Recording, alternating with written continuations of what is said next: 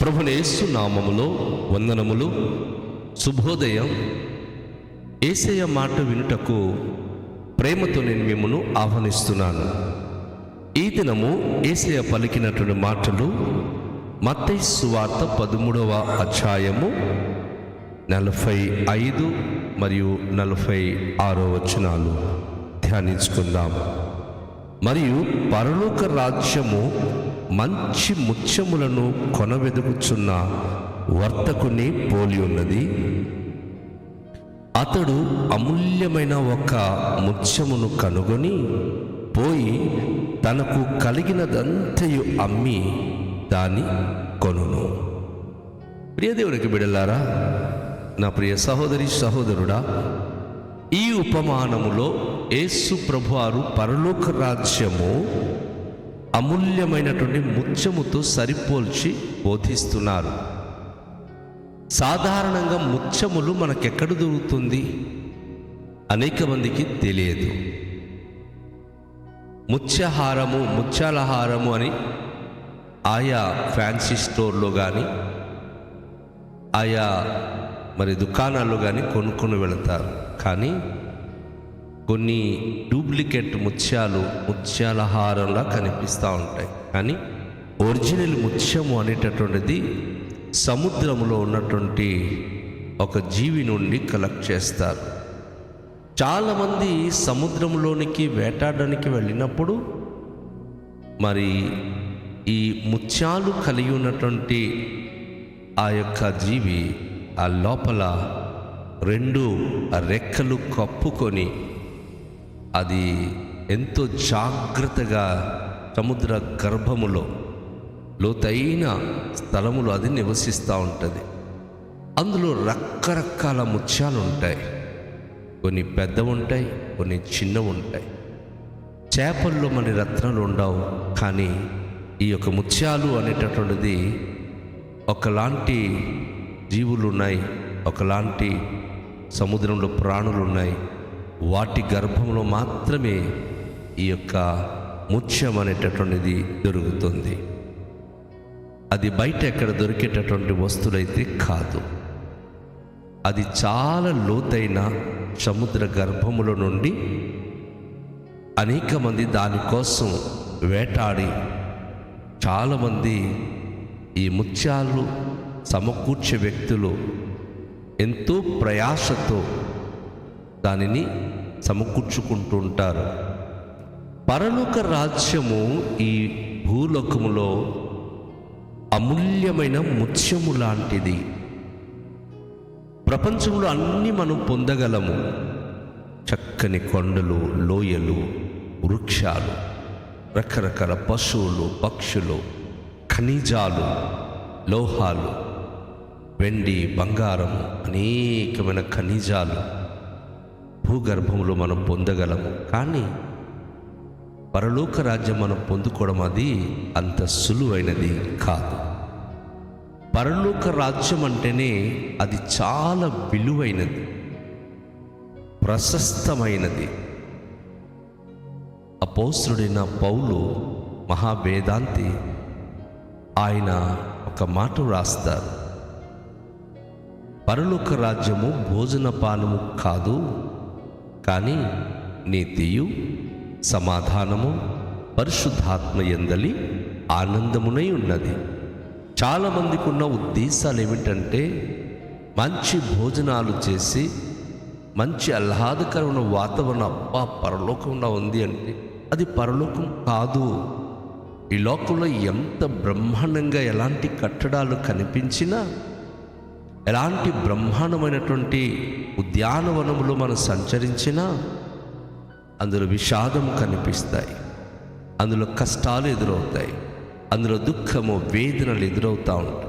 కానీ పరలోక రాజ్యము భోజనపానము కాదు. నీతిమంతులు, నీతిగా జీవించేవారు, అందరితో సమాధానము కలిగిన వారు, పరిశుద్ధాత్మ ద్వారా అన్యోన్యత కలిగిన వారు, ఆత్మ సంబంధమైన మనుషులు నివసించే చోటే పరలోక రాజ్యం. ఒకడు పరలోక రాజ్యము సంపాదించాలి అనుకుంటే ఈ లేఖనాలు ఏం చెప్తుంది అంటే, యేసు ప్రభువారు చెప్పిన మాటల్లో ఒక వ్యక్తి పరలోక రాజ్యము కావాలనుకున్నవాడు పోయి తనకు కలిగినదంతయు అమ్మి దాన్ని కొను. అనగా ఈ లోక సంబంధమైనటువంటి ప్రతి ఒక్క ఏవైతే ఇష్టం ఉందో, లోకంలో ఏవైతే తనకు లాభం అనుకుంటున్నాడో, లోకంలో ఏవైతే తనకు చాలా చాలా ప్రీతికరమైనగా ఉందో, పరలోకము నిమిత్తం అవన్నీ విడిచిపెట్టక తప్పదు. ఎందుకంటే మనం ఒకవేళ వెండి, బంగారము, ధనము, ఐశ్వర్యము సంపాదించిన అది మన ప్రాణము తీస్తుంది. బంగారము కలిగిన వ్యక్తి తను ఒంటరిగా రోడ్డు మీద ప్రయాణం చేయలేడు. కానీ పరిశుద్ధాత్మ కలిగిన వ్యక్తి ప్రపంచంలో ఏ భూభాగానికైనా వెళ్ళి రాగలడు. కారణం ఏమిటి అంటే, ఆత్మస్వరూపైన దేవుడు తనలో ఉండి తనను బహు ధైర్యపరుస్తుంది. వెండి బంగారము కలిగిన వాడు తమ రోడ్డు మీద ఒంటరిగా ప్రయాణం చేయడానికి ఎంతో భయపడతారు. ఏ క్షణాన ఎవరు దాడి చేస్తారో, ఏ క్షణాన ఎవరు హతమారుస్తారో అని భయపడుతూ ఉంటారు. కనుక పరలోక రాజ్యములో ప్రవేశించడం అనేది అది చాలా విలువైన అనుభూతి. అందుకే సముద్రంలో దాగి ఉన్నటువంటి అమూల్యమైనటువంటి ముత్యములు, సముద్ర భూగర్భంలో ఉన్నటువంటి ముత్యములు, అది పరలోక రాజ్యముతో సరిపోల్చబడింది. ముత్యము అంత తొందరగా ఎవరికి కనబడదు.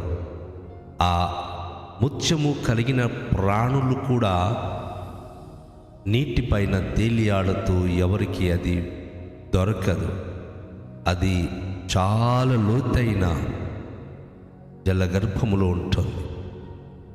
పరలోక రాజ్యము చాలా లోతైనది, అనగా ఎవరు కనుగొనలేనంత స్థితిలో ఉంటుంది. అని నా యేసు ప్రభువారు ఏం చెప్పారో తెలుసా? పరలోక రాజ్యం మీ మధ్యనే ఉంది. కనుగొనలేక మనుషులు పరలోక రాజ్యపు అనుభూతికి దూరం అయిపోతున్నారు. పరలోక రాజ్యమును గురించి గనుక కనుగొనగలిగితే చాలా సంతోషంగా, సమాధానంగా, పరిశుద్ధాత్మలో పరిపూర్ణులుగా అందరితో సౌఖ్యంగా ఉండగలరు. నా ప్రియ సహోదరి, నా ప్రియ సహోదరుడా, మీ కుటుంబము దేవుని భయభక్తి కలిగి ఉన్నారా? చాలామంది మాకు దేవుళ్ళు ఉన్నారు, దేవతలు ఉన్నారు, మేము చాలా భయభక్తి కలిగి ఉన్నామంటున్నారు. చాలా సంతోషం. మీలో పీస్ ఆఫ్ మైండ్ ఉందా? సమాధానం ఉందా? సంతోషం ఉందా? పరిశుద్ధాత్మలో సంతోషించగలుగుతున్నారా? ఒకవేళ అది లేకపోతే అది పరలోకం కాదు. చాలామంది అంటారు ఇల్లే ఒక స్వర్గము అని. ఎప్పుడు అది? భార్య, భర్త, పిల్లలు సమాధానంగా సంతోషంగా జీవించినప్పుడే మీ ఇల్లు ఒక స్వర్గంలా అనిపిస్తుంది. ఒకవేళ గనక మీ ఇంట్లో ఒకరి మాట ఒకరికి పడక, ఒకరి మాటకొకరు విరుద్ధ భావంతో మాట్లాడుతూ అనేకమైన కరువుతోనూ, కష్టములతోనూ, కన్నీళ్లతోనూ, వేదనలతోనూ, జబ్బులతోనూ, అప్పులతోనూ కృంగిపోతున్నారా? పరలోకపు అనుభవము అది కాదు. బయటికి చెప్పడానికి బాగానే ఉంటుంది, మా ఇల్లే మాకు స్వర్గం అండి అని. కానీ మీరు పడుతున్న పాటలు భయంకరమైన నరకపు పాటలు. ఎందుకైతే ఇంట్లో ఉన్నాను అని అనేక మార్లు మీరు బాధపడుతున్నారు. అలా అని ఎక్కడికి వెళ్ళిపోలేరు. మీ ఇల్లు ఒక స్వర్గంగా మారాలి అంటే, మీ బ్రతుకులో సంతోష సమాధానం నిండిపోవాలంటే, మీ కుటుంబం అంతా సంతోషభరితులుగా బ్రతకాలంటే ఒకే ఒక మార్గం. యేసయ్య చెప్తా ఉన్నాడు, మీకు కలిగినవన్నీ కూడాను ఈ లోకరీతి ఏవైతే లాభకరంగా ఉందో దానిని పక్కన పెట్టి యేసు ప్రభును కనుగొనండి. యేసే మనకు పరలోకము అనుగ్రహించు దేవుడు. ఆయన ఈ భూలోకానికి వచ్చినప్పుడు పరలోక రాజ్యము సమీపించింది, మారు మనసు పొందుడి అన్నాడు. ఈరోజు మనుషులు మార్పు లేదు కదా. ఎవరి ఇష్టమైన త్రోవలో వారు నడుస్తున్నారు, ఎవరికి ఇష్టమైన పనులు వారు చేస్తూ ఉన్నారు, ఎవరికి నచ్చినటువంటిగా జీవితము వారు జీవిస్తున్నారు. దాన్ని బట్టి ఏమవుతుందంటే కుటుంబంలో అశాంతి, వ్యక్తుల్లో అశాంతి, శోధన శ్రమల మధ్య భయంకరమైనటువంటి అలమటించుకుంటూ చాలామంది అయితే జీవితాలు కోల్పోతున్నారు. అయితే యేసే అంటున్నాడు, పరలోక రాజ్యము అమూల్యమైనటువంటి ముత్యముతో సమానం. చాలామంది ముత్యాలహారము పెట్టుకోవడానికి ఎంతో ఇష్టపడతారు, ముత్యాలు కావాలని కోరుకుంటుంటారు. లోక సంబంధమైన ముత్యాలలో కొన్నిసార్లు అది మనం కోల్పోతాం, పోగొట్టుకుంటాం. కానీ యేసేను గనుక కోరుకొని ముత్యము కంటే శ్రేష్టమైన పరలోక రాజ్యమును గురించి గనుక మనం కనుగొనగలిగితే ఆ జీవితం ఎంత విలువైనదిగా మారిపోతుందో నా ప్రియ సహోదరి, నా ప్రియ సహోదరుడా, నువ్వు విశ్వసించినప్పుడే అది గ్రహించగలవు. ఈ లోకంలో నీకు విలువైన జీవితం, ఈ లోకంలో శ్రేష్టమైనటువంటి జీవితం, ఈ లోకంలో అందరూ కోరుకునేటటువంటి అట్టి ఉన్నతమైన స్థితి కేవలము యేసు ప్రభువారు నువ్వు అంగీకరించి యేసు ప్రభువును కలిగి జీవించినప్పుడే అది సాధ్యం. యేసు ప్రభుతో నువ్వు కలిసి జీవించినప్పుడు అద్భుతమైన అనుభూతి నువ్వు పొందగలవు. కనుక ఇక్కడ ఒక వ్యక్తి చెప్తా ఉన్నాడు, మరి ఒక ప్రభువైన యేసుక్రీస్తు ఒక వ్యక్తి గురించి మాట్లాడుతూ అంటున్నాడు, ఒకడు అమూల్యమైనటువంటి ముత్యము కనుగొని తనకు కలిగినవన్నీ కూడా అమ్మివేశాడు, అది కొనుక్కున్నాడు.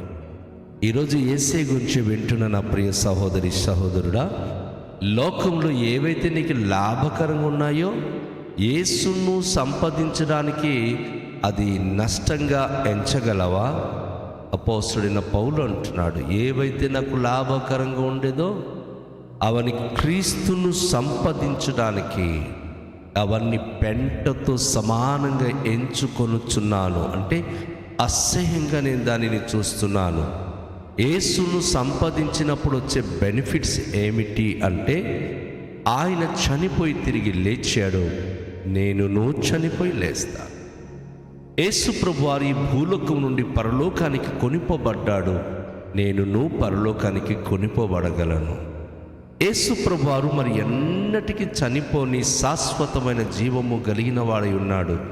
నేను యేసును సంపాదించుకుంటే శాశ్వత కాలము ఆయన సామ్రాజ్యంలో సంతోషంగా జీవించగలను. ఇది కనుక ముత్యము సంపాదించిన వ్యక్తి, అబ్బా ముత్యాలహారం ఎంత బాగుంది అంటారు, దొంగల కంట్లో పడితే అది దోచుకుంటారు. కానీ యేసు ప్రభును గనుక నువ్వు సంపాదిస్తే ఎవ్వరూ దోచుకోలేరు. యేసు ప్రభు నీలో ఉండి నీకు గొప్ప ధన్యత, గొప్ప భాగ్యమును అనుగ్రహిస్తాడు. కనుక రండి, అట్టి గొప్ప ఔన్నత్యము, అంతటి విలువైన యేసును మనం కలిగి జీవించడానికి ప్రార్థన చేద్దాం. మికిలి దయగల పరలోకపు తండ్రి, మీ పరిశుద్ధ నామానికి వేలాది వందనాలు, స్తోత్రాలు. మీకే మహిమ, ఘనత, ప్రభావములు చెల్లించుకొనుచున్నాం. అయ్యా, మీ స్వరాన్ని మేము విన్నాం. పరలోక రాజ్యము మంచి ముత్యముల కంటే శ్రేష్టమైనది.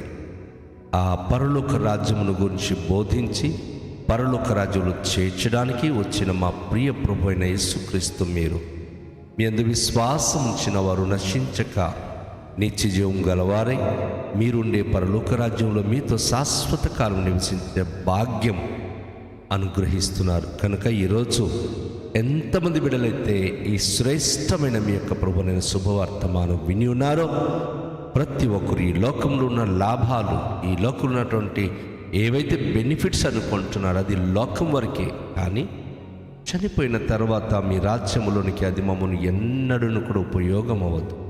కనుక ప్రతి బిడ్డలు ఈరోజు మిమ్మును కనుగొని మీ దీవెనతో వర్ధిల్లే భాగ్యము దయచేయమని కృతజ్ఞత స్తోత్రాలు మీకే చెల్లిస్తూ యేసు నామములో ప్రార్థిస్తున్నాము తండ్రి, ఆమేన్. అందరికీ షాలోమ్. ప్రభు మిమ్మును దీవించునుగాక.